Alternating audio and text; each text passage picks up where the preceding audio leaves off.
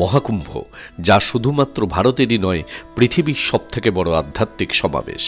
13ই জানুয়ারি থেকে 26শে ফেব্রুয়ারি পর্যন্ত চলবে এই মহাকুম্ভ মেলা।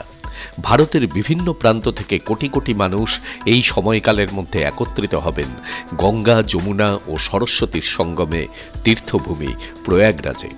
কেউ যাবেন পুণ্যস্নানের উদ্দেশ্যে, কেউ আবার যাবেন শুধুই এই মহামানবের মহামিলন ক্ষেত্র দর্শনের উদ্দেশ্যে।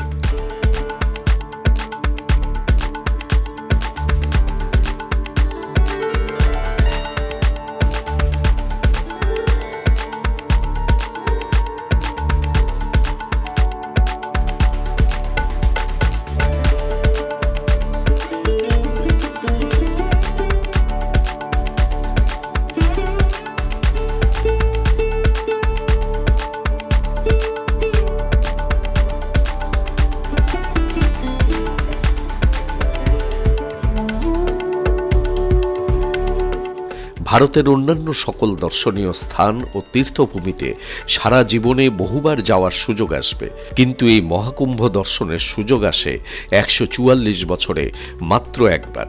তাই এই জীবনে একবার এই সুযোগ পেয়ে আমরাও সামিল হয়েছিলাম এই মহামিলন ক্ষেত্রে। অমৃত কুম্ভের পথ ধরে আমরা হেঁটে চলেছি। সমরেশ বসু অমৃত কুম্ভের সন্ধানে লিখেছিলেন, কোথায় যাচ্ছি সেটা বড় কথা নয়, যাওয়াটাই বড় কথা।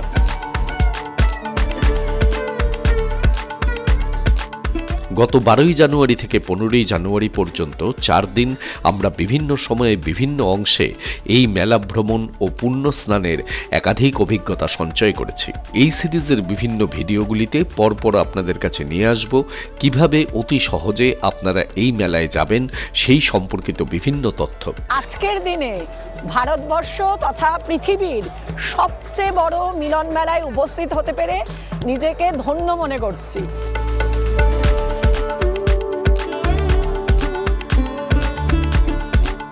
আজকের ভিডিওতে থাকবে কলকাতা থেকে কিভাবে প্রয়াগরাজ পৌঁছবেন সেই সম্পর্কিত বিস্তারিত আলোচনা, এবং যাদের হাতে সময় এবং ছুটির পরিমাণ কম তারা মাত্র একদিনেই পায়ে না হেঁটে কিভাবে সঙ্গম স্নান সম্পূর্ণ করে ফিরে আসবেন সেই সম্পর্কিত বিস্তারিত বিবরণ।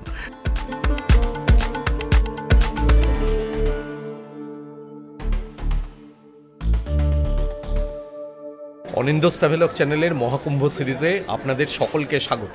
এখন আমরা দাঁড়িয়ে আছি আমাদের হোম টাউন ইছাপুরে। এই ইছাপুর থেকে 7টা 35 মিনিটের নৈহাটি লোকাল ধরে আমরা যাব শিয়ালদা। শিয়ালদা থেকে একটি উবের বুক করে যাব হাওড়া, এবং হাওড়া থেকে 9টা 55 মিনিটের নেতাজি এক্সপ্রেস ধরে আমরা পৌঁছাবো আগামীকাল সকাল 10:30 নাগাদ প্রয়াগরাজ।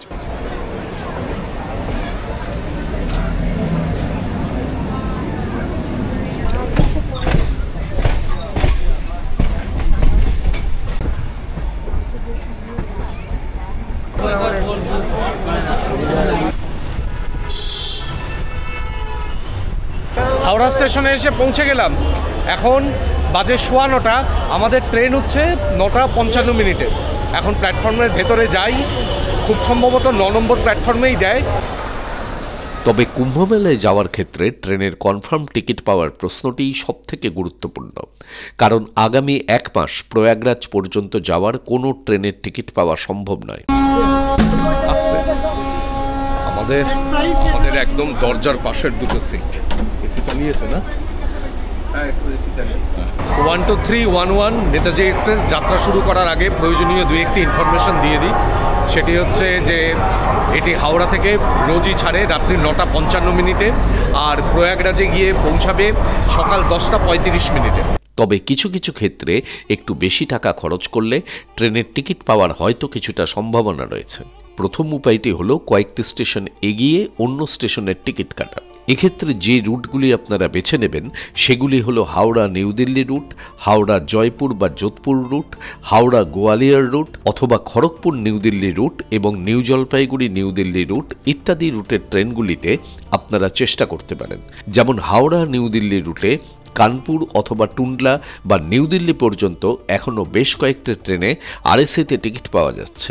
দ্বিতীয় উপায়টি হলো ব্রেক জার্নি।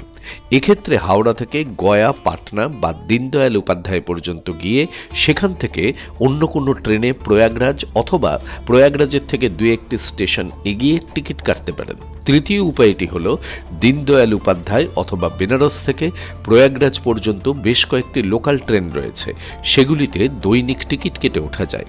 আর চতুর্থ উপায়টি হল তৎকাল টিকিট বা প্রিমিয়াম তৎকাল টিকিটের উপর ভরসা করা। আমরা যেমন আমাদের এই কালকা মেলে যাত্রার টিকিটটি তৎকালে কেটেছিলাম। হাওড়া, শিয়ালদা, কলকাতা এবং সাঁতরাগাছি থেকে প্রয়াগরাজ পর্যন্ত যাওয়ার বিভিন্ন ট্রেনের লিস্ট অন স্ক্রিন এবং ডেসক্রিপশন বক্সে দেওয়া রইল। প্রচুর লোক আজকে, খুব ভিড়, সবাই প্রয়াগরাজ যাচ্ছেন বেশিরভাগই, এবং সেটাই স্বাভাবিক। যাই হোক, আমরা রাতের খাবার সেরে নিই। এই যে বুবু কী কী এনেছো একটু বলো। আজকে নিরামিষ সব, পোলাও, আলুর দম আর পনির, সঙ্গে অনিন্দর মিষ্টি তো আছেই শেষ পাতে। ট্রেন এসে পৌঁছালো বর্ধমানে কালকার স্টপেজ হচ্ছে 3 মিনিট। ট্রেনে সবাই শুয়ে পড়েছে, আবার কালকে সকালবেলা উঠে দেখা হবে। প্রয়াগরাজে পৌঁছাই। যারা গাড়ি নিয়ে যাবেন তারা সড়কপথে কলকাতা থেকে সরাসরি প্রয়াগরাজ পৌঁছতে পারেন, অথবা বেনারস থেকে গাড়ি নিয়েও প্রয়াগরাজে পৌঁছতে পারেন। বেনারসের একজন ড্রাইভারের ফোন নাম্বার দিয়ে রাখলাম, যোগাযোগ করে দেখতে পারেন। সারা রাত ট্রেন বেশ ভালোই এসেছে, খুব একটা লেটও করেনি। মির্জাপুরে থেকে ট্রেন এইমাত্র বেরিয়ে গেল। ট্রেনে কোনো ধরনের ডিস্টারবেন্স হয়নি, ট্রেন পুরো টাইমে রান করছে। তাছাড়া কোনো অতিরিক্ত লোক বা আমরা যেটা ভেবেছিলাম যে কুম্ভ মেলার সময় বিভিন্ন মানুষ উঠবেন, ট্রেনে ভিড়ও বেশি হবে, সেই সব কিছু হয়নি। বাথরুম বেশ পরিষ্কার পরিচ্ছন্ন ছিল, কম্পার্টমেন্টও মোটামুটি ঠিকই আছে। সব দিক থেকে ট্রেন জার্নি বেশ ভালোই হয়েছে। এরপরে স্টেশন আসছে প্রয়াগরাজ। আমরা প্রয়াগরাজে নেমে তারপরে আপনাদের কাছে প্রয়াগরাজ সম্পর্কে আপডেট দিচ্ছি। আশা করি প্রয়াগরাজ স্টেশনে মারাত্মক ভিড় পাবো। যদি ফ্লাইটে যেতে চান তাহলে বারাণসী এয়ারপোর্ট অথবা প্রয়াগরাজ পর্যন্ত এখন ফ্লাইটের ভাড়া আকাশ ছোঁয়া, প্রায় 15 থেকে 20 হাজার টাকা। অথচ কলকাতা থেকে দিল্লি পর্যন্ত ফ্লাইটের ভাড়া 5.5 থেকে 6 হাজার টাকার মধ্যে পাওয়া যাচ্ছে। কাজেই আপনারা দিল্লি পর্যন্ত ফ্লাইটে গিয়ে সেখান থেকে প্রয়াগরাজ বা দীনদয়াল উপাধ্যায় পর্যন্ত যে কোনো ট্রেনের টিকিট কেটে আসতে পারেন। এতে টিকিট পাওয়ার সম্ভাবনা অনেক বেশি থাকে। প্রয়াগরাজ জংশন স্টেশনে এসে নামলাম। এখানে পৌঁছাবার কথা ছিল 10টা 35 মিনিটে, ট্রেন এসে ঢুকেছে 10টা 32 মিনিটে। তাহলে প্রয়াগে পৌঁছিয়ে এইবারে আমরা প্রয়াগ সঙ্গমে যাওয়ার চেষ্টা করব। স্টেশনে প্রচুর ভলেন্টিয়ার্স রয়েছেন, পুলিশ রয়েছেন, তাদেরকে আপনারা জিজ্ঞেস করবেন, তারা বিভিন্নভাবে সাহায্য করছেন। এখানে ক্যাম্প করা হয়েছে, তো ওনাদের কথা মতোই এখন আমি প্ল্যাটফর্ম থেকে বাইরে যাচ্ছি, গিয়ে একটি অটো করব এবং ধরেই নিচ্ছি অটো ভাড়া অন্যান্য সময়ের তুলনায় স্বাভাবিকভাবেই বেশি হবে। প্রয়াগরাজে রয়েছে মোট 4টি স্টেশন: প্রয়াগরাজ জংশন, প্রয়াগরাজ চৌকি, প্রয়াগরাজ রামবাগ এবং প্রয়াগরাজ সঙ্গম। সঙ্গম ক্ষেত্র থেকে প্রয়াগরাজ জংশনের দূরত্ব 8 কিলোমিটার, প্রয়াগরাজ চৌকি 12 কিলোমিটার, রামবাগ 5 কিলোমিটার এবং প্রয়াগরাজ সঙ্গম স্টেশনের দূরত্ব সবথেকে কম 2.5 কিলোমিটার। কিন্তু হাওড়া বা শিয়ালদা থেকে কোনো ট্রেন প্রয়াগরাজ সঙ্গম স্টেশন পর্যন্ত যায় না। বাকি 3টি স্টেশনে যাওয়ার ট্রেন রয়েছে। শাহী স্নানের দিনগুলি বাদ দিয়ে 26শে ফেব্রুয়ারির মধ্যে অন্য যে কোনো দিন গেলে ভিড় অনেকটা কম পাবেন এবং স্টেশন থেকে অটো বা টোটো নিয়ে মেলার মধ্যেই আপনারা অটো বা টোটো করে ঘুরতে পারবেন। স্টেশন থেকে বেরিয়েই এইখানে দেখবেন যে ট্যুরিজম ইনফরমেশন সেন্টার রয়েছে। এইখানে কুম্ভ মেলা সম্পর্কিত যাবতীয় তথ্য আপনারা পাবেন। আমাদের আজকের ভিডিওর মূল উদ্দেশ্য পায়ে না হেঁটেও কিভাবে একদিনে প্রয়াগরাজে কুম্ভ স্নান করবেন সেই সম্পর্কে আপনাদের ধারণা দেওয়া।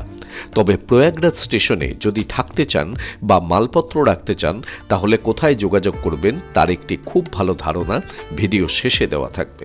প্রয়াগরাজ স্টেশনে নেমে মেইন রোড পর্যন্ত আপনাকে হেঁটে আসতে হবে। শাহী স্নানের দিনগুলিতে বিশেষ করে 3রা ফেব্রুয়ারি পর্যন্ত পুরো মেলা প্রাঙ্গণ পর্যন্তই আপনাদের হেঁটে যেতে হবে। কিন্তু অন্যান্য দিন আপনারা স্টেশন চত্বর থেকে বাইরে বেরিয়ে এসে অটো বা টোটো পেয়ে যাবেন।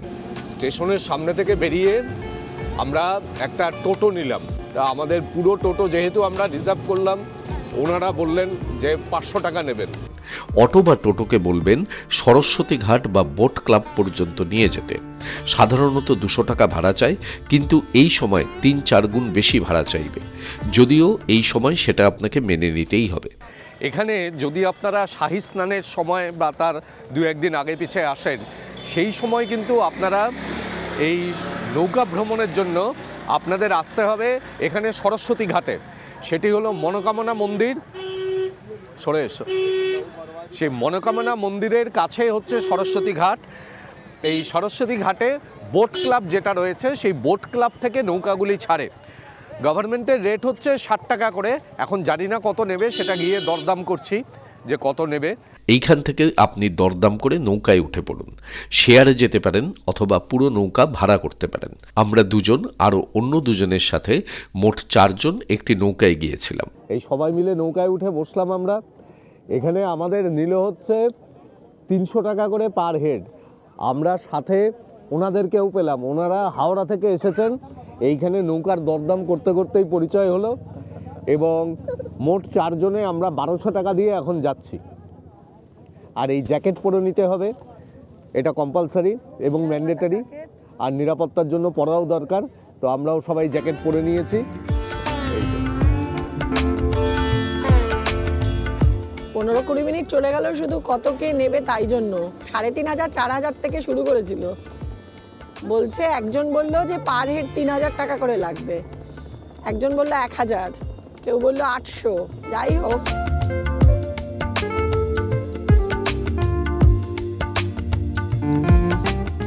নৌকাকে বলবেন আপনাকে সঙ্গম পর্যন্ত নিয়ে যেতে। আপনি সঙ্গমে স্নান করবেন এবং তারপর আপনাকে কিলাঘাট বা কেল্লাঘাটে নামিয়ে দিতে। সাংঘাতিক কুয়াশা চারিদিকে, কিন্তু খুব ভালো লাগছে। মানে এইখানে আসার পরে নৌকা ভ্রমণটা না করলে আমার মনে হয় এই পুরো কুম্ভ মেলার যে স্নান বলুন সব কিছুই অঙ্গাঙ্গিভাবে জড়িত। নৌকা বিহারটাও জরুরি, আপনারা এসে অবশ্যই করবেন।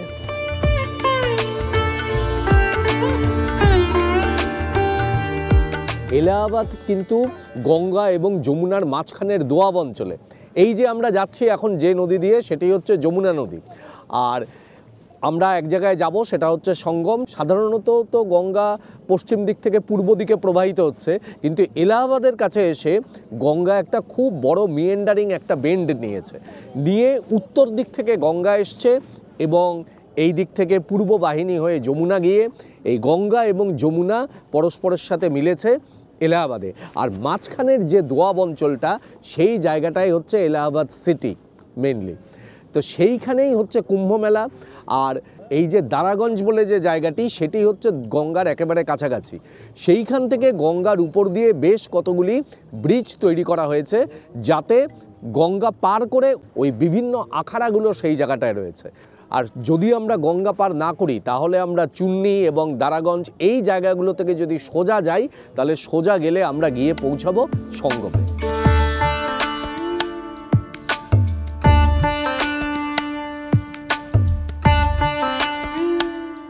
আমরা এই যে এখন এলাহাবাদ ফোর্টের পাশ দিয়ে যাচ্ছি। এই ফোর্ট আকবর 1583 খ্রিস্টাব্দে তৈরি করেছিলেন, এবং সেই কারণে এই ফোর্টটিকে আকবর ফোর্টও বলা হয়। আকবর এই অঞ্চলের নাম দেন ইলাহাবাদ, এবং তারপরে সেখান থেকে আসে এলাহাবাদ। বর্তমানে এই কেল্লাটি আর্কিওলজিক্যাল সার্ভে অফ ইন্ডিয়ার তত্ত্বাবধানে রয়েছে, এবং এই মেলার সময় এখানে আর্মি ক্যাম্প তৈরি করা হয়েছে। এই জায়গাটাতে হচ্ছে কিলাঘাট। এই কিলাঘাটের এখান থেকেই কিন্তু অন্যান্য সময় আপনারা প্রয়াগরাজ সঙ্গমে যাওয়ার জন্য নৌকা ভাড়া করবেন। আর এই কিলাঘাটে নেমেই আরেকটু এগিয়েই আপনি পাবেন শায়িত হনুমানজির মন্দির, বা যেটিকে এনারা লেটে হয়ে হনুমানজির মন্দির বলেন। এই দেখুন এইখান থেকে কুম্ভ মেলা ক্ষেত্র কিরকম লাগছে।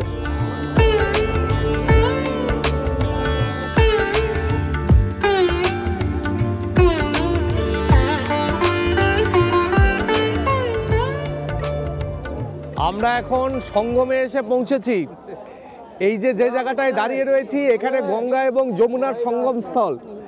এই দিকটাতে গঙ্গা আর এই দিকে হচ্ছে যমুনা। এই গঙ্গা আর যমুনা এসে এইখানে প্রয়াগরাজে পরস্পরের সাথে মিলিত হচ্ছে। সরস্বতী এখন অন্তঃসলীলা সরস্বতীকে আর দেখা যায় না। এই গঙ্গা, যমুনা এবং সরস্বতী এই ত্রয়ীর মিলনে এই জায়গাটির আরেকটি নাম হলো যুক্তবেণী। সঙ্গম পর্যন্ত পৌঁছিয়ে এইখানে আপনি স্নান করবেন। এখানে মহিলাদের পোশাক পরিবর্তনের জন্য প্রচুর অস্থায়ী ঘরের ব্যবস্থা করা হয়েছে।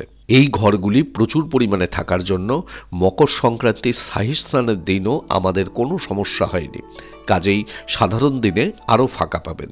এরপর আপনি আবার ওই একই নৌকা করে বোট ক্লাব পর্যন্ত ফিরে আসতে পারেন এবং সেখান থেকে অটো নিয়ে স্টেশন চত্বরে চলে আসতে পারেন। মোট সময় সব মিলিয়ে আপনার লাগবে 4 থেকে 5 ঘন্টা। তবে যদি আপনি কিছুটা মেলা ঘুরতে চান তাহলে নৌকা আপনাকে কেল্লাঘাটে নামিয়ে দেবে। আমরা কিলাঘাটে নামলাম, এখন এই দিকটায় যাব।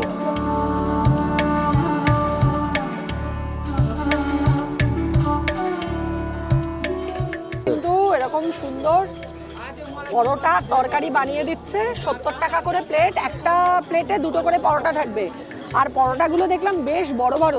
তো এক প্লেটই নিলাম, খেয়ে দেখি, যদি ভালো লাগে তাহলে আরেক প্লেট নেব।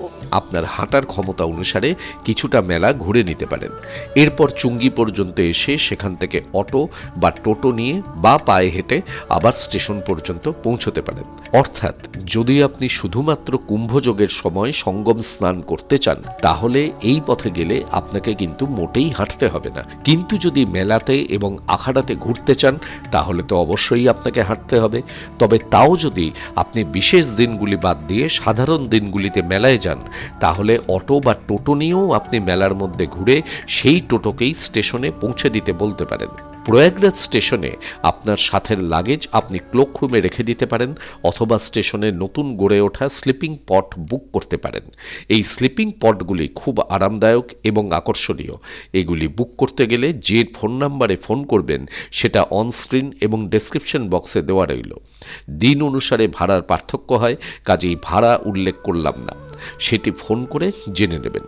পরের পর্বে কিভাবে টোটো অথবা অটো করে কুম্ভমেলা ঘুরতে পারবেন সেই বিবরণ সহ থাকবে একটি সম্পূর্ণ দিনে আমাদের কুম্ভমেলার বিভিন্ন অংশ ভ্রমণের অভিজ্ঞতা। আর আজকের এই পর্বটি আপনাদের কাছে কেমন লাগলো সেটা কিন্তু অবশ্যই কমেন্ট বক্সে কমেন্ট করে জানাবেন। ভালো লাগলে চ্যানেলটিকে সাবস্ক্রাইব করবেন এবং অবশ্যই সঙ্গে থাকবেন। অনেক ধন্যবাদ।